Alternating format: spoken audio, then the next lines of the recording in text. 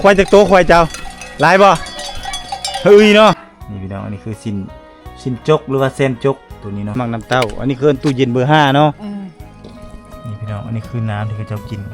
บ่เคยฆ่าเลยเนาะคนเนาะคนที่เขาเจ้าส้มใส่น้ำเนาะเมื่อบ้านจะมาเสาดิเขาเจ้าใส่มักกระลงเป็นไม้เนาะ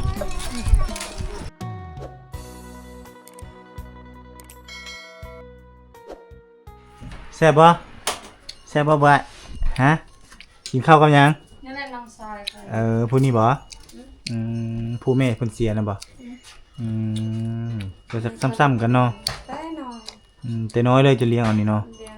แต่เกิดพุ่นเลยเนาะเป็น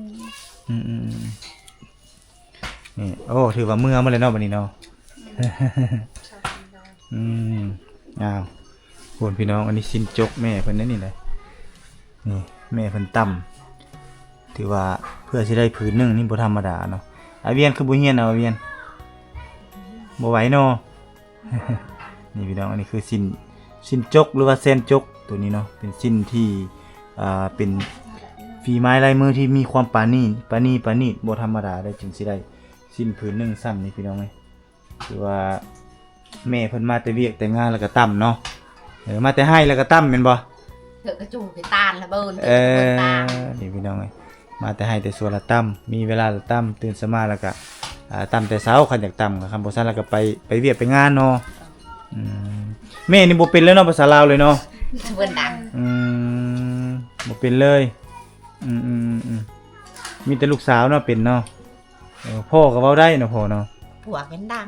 ตึกนี้ก็ลูกหวยก็ตะเบิ้ลดังโอ้ที่ว่าแม่แล้วเว้าบ่ได้เลยแสดงว่าแม่บ่ได้เรียนหนังสือแม่นบ่เบิ้ลเรียนเชิญตะเบิ้ลดังตะเบิ้ลเรียนเลยจักปีแล้วแม่จักปีแล้วดังสิบ่ฮู้บ่ฮะให้บ่30อัน30จะเป็นน้องค่อยอีก30นะค่อยยัง35แหละกูไหวเนาะประมาณฮอดบ่40กระดังทีฮอดเนาะประมาณพุ่นเลยเนาะระดับ40เอาบ่ได้จดบันทึกเลยบ่มือเกิดมือหยังเบิ่งตามสามโนครัวและสามโนครัวเจ้าก็มีบ่ฮู้เนาะส่วนหลายในค่อยเขตชนบทนี่จะบ่ค่อยฮู้อายุพี่น้องมีได้เห็นบ่บางคนเขาไปถ่ายคลิปอันแม่ละห้องถามลูก อายุแม่เท่าไหร่แล้ววะ ลูกสิไปฮู้เนาะ ลูกเกิดตามหลังแม่ไปห้องถามอีกบ่ฮู้เนาะเฮ็ดให้นั่นบ่แม่เฮ็ดให้จักพื้น2พื้นบ่ให้2บ่อนบ่2บ่อนโอ้บ้านเฮาถ่ายหายบ่เฮา2บ่อนเนาะเฮ็ดให้เนาะกุ้มกินอยู่บ่แต่ละปีนางเคยกลมไทยต่อมาไหนเพิ่นเหยียบก็เจ็ดโอ้ยฮอดใหญ่เชิงบ่คุ้มเนาะได้ปีนึงจักกระสอบนั่นสิก็ชอบประมาณ25ประมาณ25กระสอบก็ได้หลายแล้วบ่สำนั้นก็บ่หลายไปหาทางแบบบ่ได้ทางภูงั้นทางทางนี้มันหลายแบบเฮ็ดให้กว้างอยู่แต่ว่ามันเข้าบ่งามเข้าบ่เป็นเนาะนี่แหละพี่น้องเอ้ยสภาพดินฟ้าอากาศอันนี้ก็คือกันแล้วนี่เนาะถือว่าเข้านี่งามอยู่บ่ปีนี้บ่งามเลยปีนี้แห้งกระเตกฝนบ่ตกแห้งเต็กเนาะมีแต่เสียหญ้าอย่างเดียวข้าวจับบ่ใส่กับข้าวมีแต่เสียแต่หญ้าซื่อ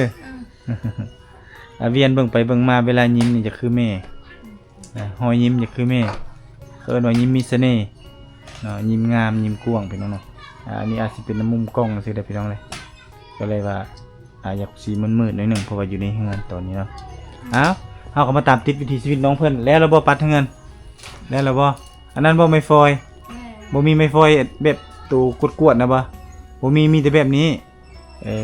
บ่ได้ทักเอาบ่มีแต่แบบนี้โอ้นี่พี่น้องไม้ฟอยเพิ่นแบบนี้เลยมันไม่ได้นั่งบ่ได้ยืนมีแต่นั่งเอาอยู่ในบ้านนี่มีคนทักขายป่ะบ่มีบ่มีฟอยนะมีแต่แบบนี้บ่แม่ทักฟอยเป็นป่ะบ่เป็นพ่อเด้บ่เป็นคือกันในหมู่บ้านเขาไม่ได้เป็นบ่เป็นทักฟอยบ่ โอ้แนวนั้นอีกเอามามื้อหน้าสิซื้อมาฝากฝอยเพราะว่ายืนเนาะมันจังสบาย อันนี้นี่สิโอ้ยบ่ไหวอยู่นี่ เมื่อยนี่เนาะ อืมอันน้องไผกันอันนี้แล้วเนาะปัดอันนี้น่ะเจ้าเนาะบ่อืม อันนี้ยังได้ลูกแล้วบ่ยังบ่ ยัง หากเอากันใหม่ๆนี่บ่หากเอากันใหม่ๆนะแต่งมาเฮือนเนาะจังซี่แหละพี่น้องไอ้วิถีชีวิตเพิ่นโอ้บ่น้อยๆน่ะกินแล้วก็ไปไว้เลยเนาะเมียนเป็นนะพี่น้องเอ้ยปัดให้น้องคือจังซี่มันก็ดนแหน่ โดน ถ้าดนแล้วแบบนี้ปัดจังซี่ถ้าต้องใส่ฟอยล์ตัวนั้นเลยเฮียนทักเอาส่วนหลายเคสสมมุติเขาเจ้าทักเป็นนะแบบนี้ อืม แต่ว่าเห็นเขาเจ้าเอาไปขายอยู่เด้ส่วนหลายแถวบ้านไอ้ปูนตรงปูนย่าง อืม เขาเจ้าทักเอาไปขายการหนึงประมาณ25หา35นี่แหละประมาณนี้แหละพันกีบ35พันกีบก็ประมาณตกอยู่ประมาณการหนึง50 บาท40-50 บาทประมาณนี้พี่น้องนี่บ่ เป็นเนื้อลูกนอนโลลูกคอก็ล่ามา ดีกันแล้วพิษกันแล้ว ทางนั้น ติดกัน อ้าวหลังจากที่สัมภาษณ์น้องสาวเพิ่นอยู่เทิงเฮือนเนาะตอนนี้น้องสาวเพิ่นกำลังสิพาป้าตุ๊กไปตักน้ำพี่น้องแต่ว่าตักน้ำบ่มีคันหาบเนาะรุ่นนี้เนาะมีแต่ไซส์รุ่นโอ่งนี่แม่นบ่โอ่งเอาเนาะอันนี้คือหมู่บ้านในชนบทพี่น้องเนาะโอ้คักเนาะท่านนั้นก็แล้วขี่หลังควายมาเลยเดี๋ยวไปเอาบรรยากาศนิดนึงเด้อทานี่เด้อแป๊บนึงอ้าวแปะเลย บุกบุกพี่น้องนี่บรรยากาศยามเลงเขาเจ้าพากันไล่งัวไล่ควายมาเนาะนี่อันนี้คือธนาคารในหมู่บ้านเลยนี่กำลังอันนั้นมาเลยพี่น้องเนาะโอ้คักเนาะโอ้เอาขี้ได้ไหมโอนคักอลีพี่น้องเลยไปเลี้ยงควายเนาะ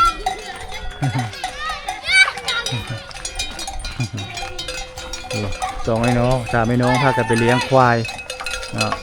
เลี้ยงสัตว์เลี้ยงตัวเล็กๆบรรยากาศลำเองกับเพื่อนกะจะไล่สัตว์เลี้ยงเพิ่นมาโอ้อันนี้เปรียบเหมือนธนาคารในหมู่บ้านเลยนะพี่น้องนี่ตัวควายหลายเนาะควายจากตัวควายเจ้าหลายบ่เฮ้ยเนาะเฮ้ยลึฮะจากตัวโอ้โหหลายตัวเติบเลยพี่น้องไหมผมโอนโอ้ไปเลี้ยงนำกันหลายคนเนาะโอ้เขาคิดว่า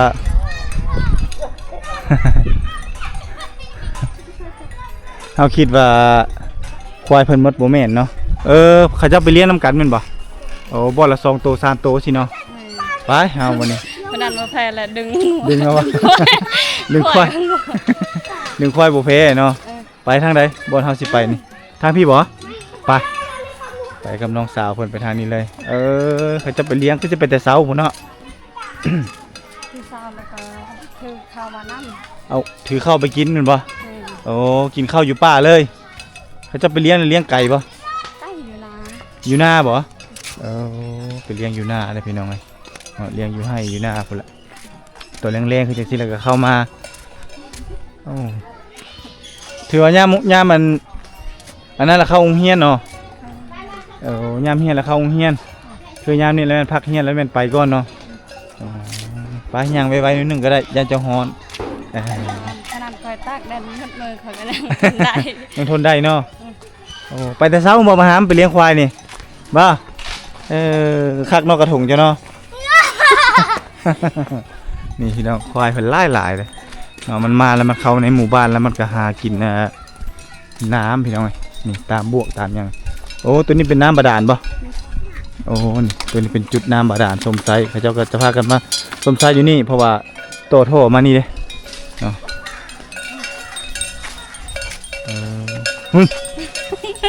มัน มันบ่ไป ก้าวจะได้ มันที่ขี้พอดี ไปดงพี่เลยก็ได้ไปพี่ก็ได้ไปโอ้ แบบเฮาบ่แม่นเจ้าของแฮน มันบ่ไปเนาะ ไป มันจะคงเราไป คองเองไหลเขาจะเฮ็ดบ่อนโคกไว้ไหลมาแล้วก็เอาเข้าโคกเนาะทั้งงัวทั้งควาย ค โอ้ควายหลายเนาะบ้านนี้เนาะงัวควายหลายเลยพี่น้องเอ้ยโอ้แต่ละในทุนบ้านนี่สิมีมื้อเนาะบ่เนาะเขาเจ้าอันต่ำหูกเนาะโอ้พี่น้องเอ้ยสัตว์เลี้ยงงัวควายหลายเฮือนเจ้าก็มีบ่บ่มีบ่มีแต่งัวบ่ควายนี่บ่มีแต่ละครัวเฮือนนี่มีหมดเนาะบ่งัวลัดบ่โอ้แบบเขาเจ้าให้ทุนมาเลี้ยงสิบ่ของเจ้าเด้ของรัดคือกันบ่ของรัฐบ่ไปวางงัวคือว่าแล้วของรัฐโอ้โอ้ตามกินแผ่นเพเลยท่านนี่โอ้สะดวกสบายเนาะมีห้องสีล่ะบ่ได้ตามเข้าคือแต่ก่อนละแต่ก่อนมีตามเข้าพุ่นนะโอ้ครบเลยท่านนะพวกเขาย่างกล้องบ่อะไรแล้ว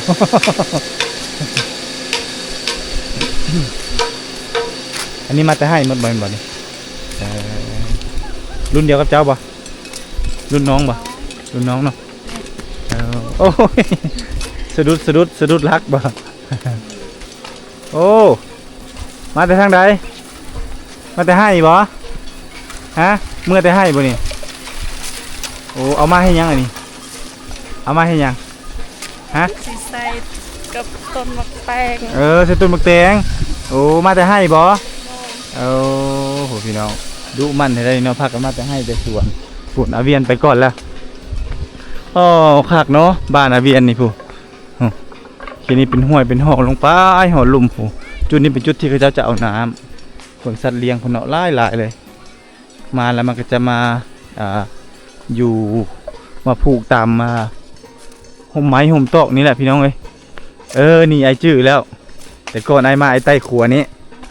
ไอมาถ่ายคลิปแต่โดนละ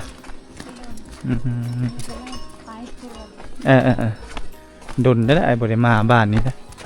แต่ก่อนอยู่เทิงพวกก็มีน้ำเดี๋ยวนี้บ่มีแล้วเนาะมีบ่ไอเวียนก็ได้มาเที่ยวมาตักพี่คือกันบ่เจ้าก็มาเอาน้ำอยู่พี่คือเก่ามันบ่โอ้เมื่อบ้านมาเอาน้ำอยู่นี่บ่น้ำกินนี่ได้โอ้น้ำกินอยู่นี่โอ้มีเด็กน้อยแก่เสื้อพี่น้อยเดี๋ยวปิดคลิปแป๊บนึงน้ำน้อยบ่เบิ่งแผ่พยันแบบโอ้เดินออกมันฮะคุณน้ำมันขุ่นปะน้ำก็ใส่แต่มาต้องเอาเพตุงเนาะโอ้โหพี่น้องกำลังพากันอาบน้ำเอาสมมติจุดใหญ่ๆบนอาบน้ำนี่บ่มีบ่มีแต่จุดแบบนี้บ่เป็นเซเป็นห้วยอย่างบ่มีเลยบ่มีโอ้เฮ็ดได้บางมื้อก็คือสิบ่ได้อาบน้ำมันเลยบ่มีเท่ากันน้ำได้อยู่ทางใดทางพุ้นเขาเฮ็ดให้นั่นน้ำแผ่นซากน้ำแผ่นซากนั้นแต่สุดท้ายเขาก็จะไปทางนั้นแม่นบ่บางทีเฮ็ดทางปักทางนี้เขาก็อาบทุกพุ่นทางนี้ก็อาบทุกพุ่นก็เลยแบบนำกับเบิดประมาณนั้นเปลี่ยนกันเนาะคันแดดเช้ามันก็บ่ได้ออกแล้วไปครับไปนั่งลมกันอยู่ใช่มันจังบดพูดไปนั่งลมอยู่ร่มนั่นก็ได้ให้เขาจะเอาก่อนได้เขาเจ้าเขาต้องขอเนี่ยนะเพราะว่าเขาเจ้ากำลังอาบน้ำแล้วก็มีเด็กน้อยแก่เครื่องอยู่เฮาก็เลยต้องได้ท่าก่อนเนาะอะไรขี้งัวอีกดังมานั่งพี่ก็ได้เจ้านั่นจะให้ไปดมขี้งัวเอานั่งนี่ก็ได้นั่งก่อนนั่งโดนเติบได้นั่นได้พี่น้องเอาขออนุญาตมาปิ่นจังหน่อยนี่บนนั้นก็คือบนตักน้ำของชาวบ้านเพิ่นแต่ว่าเฮามาก็ต้องได้รอคิวน้ำนี่มันไหลมาจากไสฮะบ่ฮู้เลยโอ้หรือว่ามาแต่ภูพุ่นบ่ฮะบ่ฮู้เลยออกจากภูนั่นแหละเพราะว่าตั้งแต่เกิดมาก็เห็นแบบนี้เลยเพราะว่านำกันไหลแบบนี้ก็ไหลแบบนี้แหละไหลให้ไหลน้อยๆเนาะไหลบ่หลายเนาะอันนี้เขาเจ้าเอิ้นต้นหยังอันนี้ภาษาเจ้าอะดอนอันนี้แหละบ้านค่อยเอิ้นบอนอันนี้เขาเจ้าตัดแล้วไปต้มผสมกันกับห้ำแล้วเกลือหมูบ้านเจ้าก็ตัดคือกันบ่เอาคือกันบ่อันนี้เขาเจ้าคือบ่เอาซะฮะแบบตัวงามเอาตัวงามตัวง่ายๆหั่นอันตัวขี้ร้ายนี่บ่เอาอันนี้ขี้ร้ายแล้วบ่นี่ขี้ร้ายบ่งามๆบัดนี้เอาขี้ร้ายเบิ่งดูพี่น้องเอ้ย อันนี้ต้นบ่อนี่ ทางลุ่มพุ่นเขามาเอา แล้วนั้น อืม เขาไปต้มให้หมูกินนี่มันตุ้ยปะอ้วนคักเนาะ หมูบ่ได้คันแฮะ แม่น คันคนนี่กินคัน คันคนนี่คันแม่นปะคันหมูแล้วมันบ่คันเนาะ บ่คันฮะ ต่างกันพี่น้องพูดทางนะกำลังเต็มอึ้นเลยเนาะกำลังพากันตักน้ำพี่น้องเอ้ยอ๋อหลังมาแบบนี้หรือเปล่าตัวแรงๆเต็มเลยเนาะอยู่นี่เนาะ แม่ โอ้ตัวแรงๆจะมีผู้คนเนาะมาเต็มเลยมาพากันมาตักน้ำตักในอย่าง ที นี้ นตะตานอัดเด้อก้อยตะตานอัดเด้อก้อย กระดัง มันเตอบ่ได้เด้อไหนกะ ตัวนั้นมันบ่อยากออกเนาะหรือว่าอยู่เทิงพวกก็มีบ่อันนี้ได้น้ำแล้วก็กำลังเมื่อแล้วนี่พี่น้องนี่ฟองน้ำเมื่อแล้วนี่เนาะถือว่าจุดนี้เป็นจุดส้มใส่น้ำอีกจุดหนึ่งทางด้านเทิงมันก็จะมีอีกจุดหนึ่งแต่ว่าเป็นไฟน้ำจาก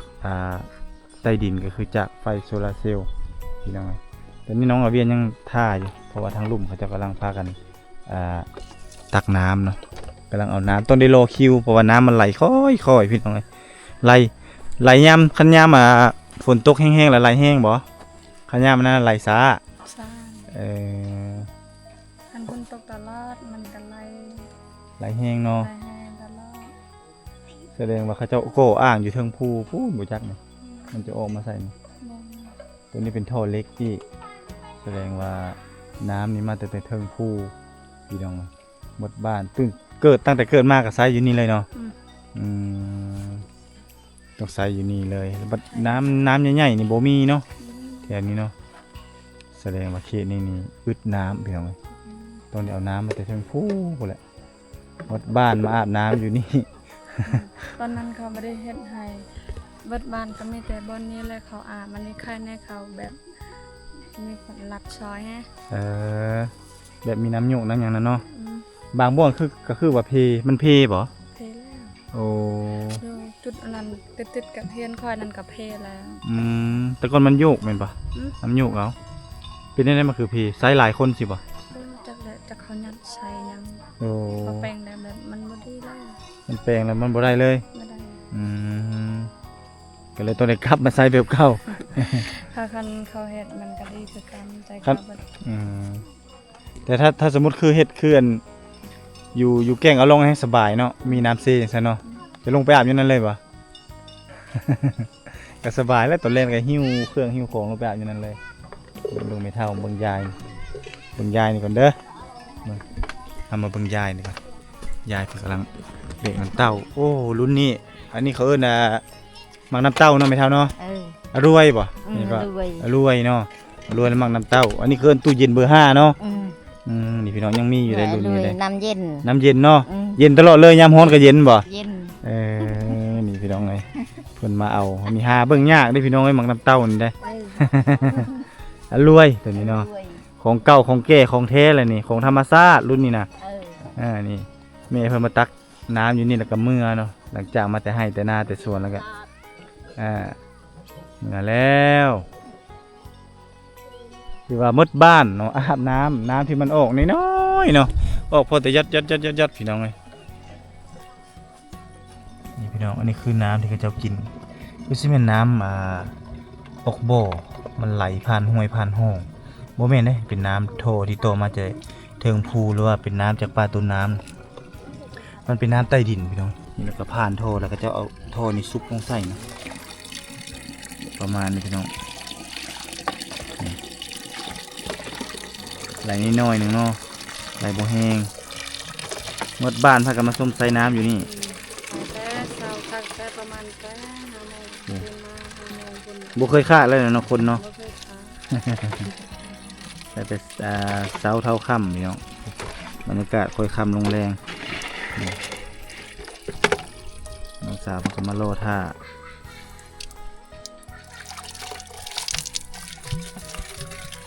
มันน้ำเต้านี่คักแล้วเนาะมันน้ำเต้าเนาะมันเย็นคักเนาะ มันต้องเอียงมุมนิดหนึ่งพี่น้องเพราะว่ามีน้องสาวคนอาบน้ำนะมีแก้เครื่องอยู่เราก็ต้องได้เอียงมุมหน่อยนึง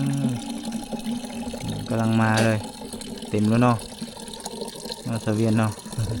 คนมาหลายเนาะ ใครนะคันยำแต่เช้า เขานั่งท่าเด้ เขานำทาง แต่เช้าๆเด้ บางเทื่อเขาบ่ได้ทานแล้วเขาก็ญาติเขากาเขา ญาติเอาเนาะ ญาติเอาผู้ใดมาก่อนเขาก็ อืม บ่นั่นแหละเข้าเลยเด้อ ญาติเอาเลยเนาะโอ้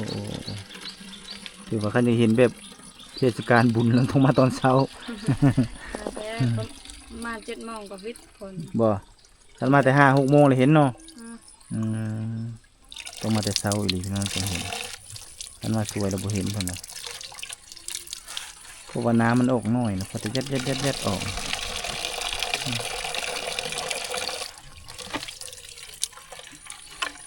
เราจังหวะให้น้ำมันเต็มโอ้มาเท้าน้ำเนาะ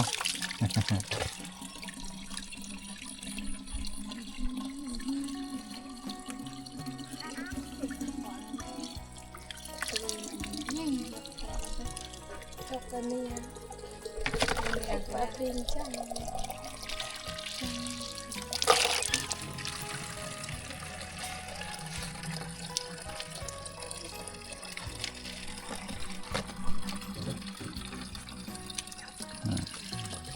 เดี๋ยวแล้วก็สิมือแล้วบ้าน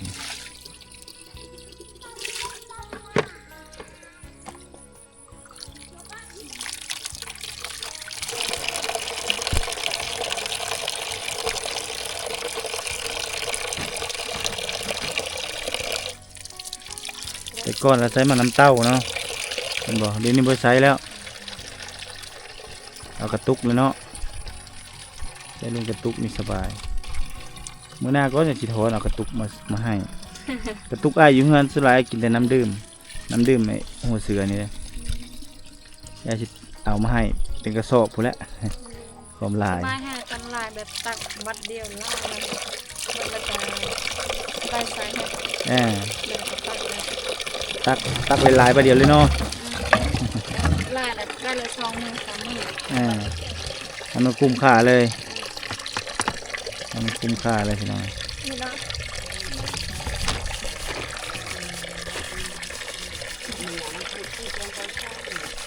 นี่ก็เลยแรงตัวเขาได้ โอ้มาแต่ให้มาอาบน้ำพี่น้องมีพี่พร้อมเนาะมาอาบน้ำมาตักน้ำพร้อมเนาะไปยึดเดอะพร้อมอืมน้ำนี่ก็ออกค่อยเนาะพอแต่ยัดเนาะน้ำนี่ก็ได้ ออกโบราณพี่น้องเลยทุกน้ำเขาจะเต็มเลยใช้หมดแล้วบ่ พอlà này chắc chắn em đợi này cái bọn cái này là em có bật đây ยามเดือน6 เดือนโตเดือน7แล้วน้ำยังโบราณเนาะปกตินี่หลายบ่น้ำนี่ปีกายนี่หลายบ่ออกหลายเนาะอืมปีนี้มันแรงเลยน้ำโบราณ คือบ่ได้ถึงจะ นี่แหละพี่น้องคือบ่อนที่เขาเจ้าส้มใส่น้ำเนาะเมื่อบ้านจะมา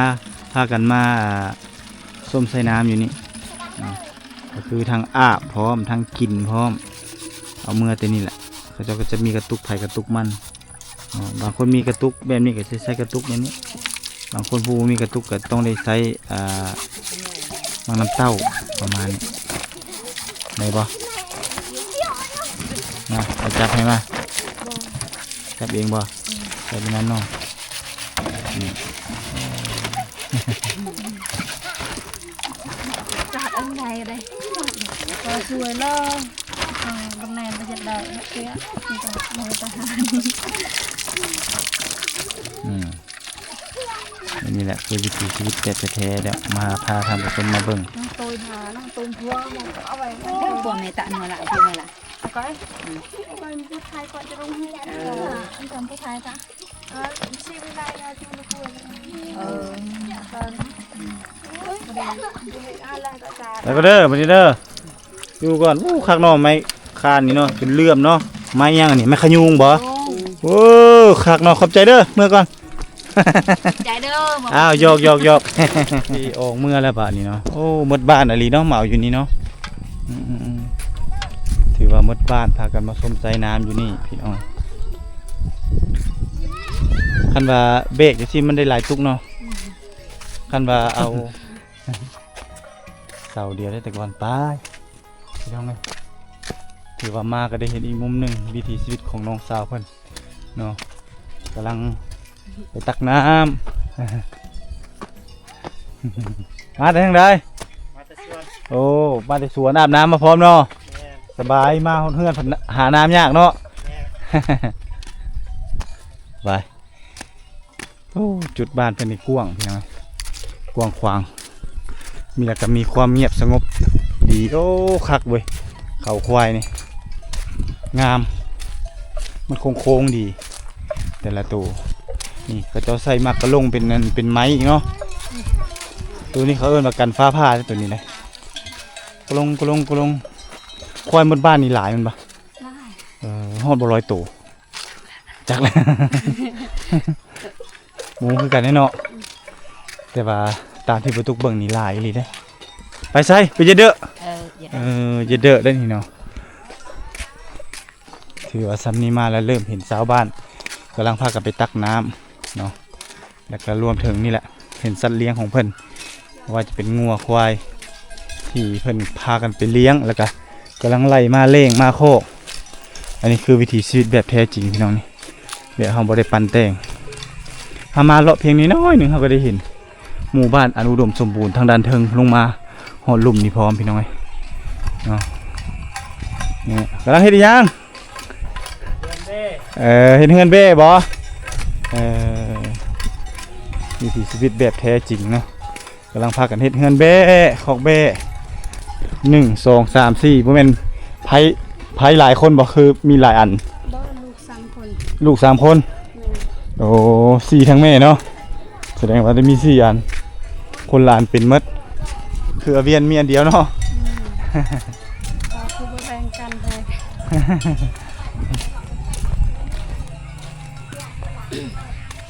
ถือว่าตัวนี้นี่แม่เขาเจ้ามาแต่ให้แต่ส่วนเขาเจ้าต้นแรงๆนี่เขาเจ้าจึงเฮ็ดแม่นบ่อ๋อถือว่า เพื่อนเขาก็อยู่เพื่อนเขาก็ตั้ม โอ้โหอันอยู่เฮือนบางทีก็ต่ำเนาะบางทีก็มาแต่ให้แต่หน้าแต่สวนก็ต่ำคือกันจักเฮือนหลังใดเนาะอายมาปีกายหลังนี้บ่หรือว่าหลังนี้วะชื่อบ่ได้หลังนี้บ่เว้นปีกายแต่ดนแหละมาอะไรมาต่ำเข้าเนาะเขาเจ้าชื่อบ่ได้ดนละ บ้านไทยคลิปหัน หึ บ้านเจ้าไทย แม่นตอนนั้นมาถ่ายคลิปแล้ว แต่ก็บ่จื้อคือกันเพราะว่าเคยเบิ่ง ตัวนั้นไอ้ใส่หมวกกันอีเตอร์หมวกอันหยังดอกตอนนั้นแม่นบ่ไอ้ก็บ่จื้อแล้วบ้านนี่นะเพราะว่าโดนแห้งอะลี เปลี่ยนมุมฮะ แม่นเปลี่ยนมุมเปลี่ยนหน้าเปลี่ยนตา มันคนละคนแต่ก่อนกับเดี๋ยวนี้นี่แหละคือวิถีชีวิตหมู่บ้านเพิ่นเนาะโอ้ทางนั้นกำลังเกลือหมูพี่น้องเอ้ยนี่หมูเพิ่นนี่คักอะลีเนาะถือว่าท้องจนจักจำหดดินพุ่นเลยมันถือผ้าหมู่บ้านเพิ่นเป็นหมู่บ้านมีแต่เฮือนไม้หมดพี่น้องนี่เห็นไปเห็นธรรมชาติที่สวยงามแต่ว่าอ่างตัวนี้มันบ่ได้เนาะน้ำบ่มาบ่มันตันบ่ มันก็ตันแต่ผู้ โอ้ตันแต่พูเลยบ่ได้แปลงเลย แม่นเขานั่นเขาก็ตัดหมดเลยบัดนี้บางเทื่อเขาก็ตัดเอาใส่บนหน้า โอ้โหแนวนั้น สลักแม่ ก็เลยแบ แล้ว บ ก็หมดแล้วซั่นน่ะ บ้าน บ้านก็บ่มีแล้วซั่นเนาะตักน้ำบ่ไปบ่อนพุ่นบ่แสดงว่าหมดบ้านอะลีเนาะไปอันตักน้ำอยู่พุ่นเนาะอ้าวพี่น้องเอ้ยนี่มาแล้วมาเห็นวิถีชีวิตเฮือนนี่เห็นจังซี่แล้วแม่เขาเจ้าเกิดลูกแม่นบ่โอ้เฮือนเกิดลูกเนาะนี่เนาะนี่เขาเจ้าจะปลุกต่างหากเวลามีคนเกิดลูกเนาะเอาไผมาเฮือนเกิดลูกแล้วแม่นต้องได้โตซ่านออกไปบ่ให้เกิดอยู่ในเฮือนแม่นบ่ บ่แบบยากเพื่อสิเฮ็ดกินฮะ โอ้แบบว่าให้เฮ็ดต่างหากเลยแม่นบ่ยันถูกกินอายแม่นหยังต่างๆเนาะอืมมาแล้วฮอดแล้ว ฮอดเฮือนแล้วน้องสาวเพิ่นมาฮอดเฮือนแล้วพี่น้อยนี่น้องเอาเวียนมาฮอดเฮือนแล้วเรียบร้อยจึ๊บไป้ายบ้านนี้มาแล้วก็ใส่ตู้เลยป่ะตั้งไว้ก่อนเนาะ ส่ตู้เย็นก็สบายกินน้ำเย็นอยากกินน้ำเย็นก็สบายเนาะ กินบ่ เอาไว้ได้แล้วตามสบายเอานั่งพักผ่อนเจ้าจะพักผ่อนเนี่ยอาสิเบิ่งแม่จะตำสิ้นตำผ้าพักผ่อนตามสบายยันเจ้าเมื่อยนี่อันนี้คือวิธีการของแม่เพิ่นเนาะแม่เพิ่นกำลังตำสิ้นแผ่นเพหลังจากเพิ่นมาแต่ให้เวียกอันนี้คือเอิ้นว่างานอดิเรก มาแต่ให้แต่ส่วนก็เฮ็ดตัวนี้โตเนาะนี่สอนให้ลูกสาวหน่อยแม่สอนให้ลูกสาวเฮ็ดแน่เป็นบ่ลูกสาวนั่น โอ้ยตะเบินดัง ตัวเบิ่นดังเลยเนาะ อุติเลยเนาะเขาบ่ได้เรียนเนาะ